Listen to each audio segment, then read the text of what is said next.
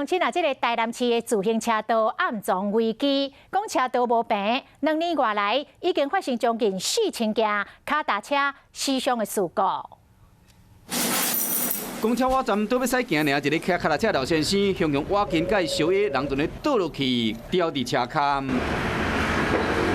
透早4点，这个阿嬷要过这个路口，有一台轿车甲撞落去，无救。台南脚踏车意外有够多，依照警方统计，为2018年到2020年的7月份，脚踏车的事故造成29个人死亡，3902个人受伤。像省道第一线往六甲路段的脚踏车道有补过，虽然讲有设专用车道，不过部分的路段无够平。学生啊放学啊随啊过，遮较袂落下就较袂啊。这段路你敢捌骑过？无啦，伤暗啦。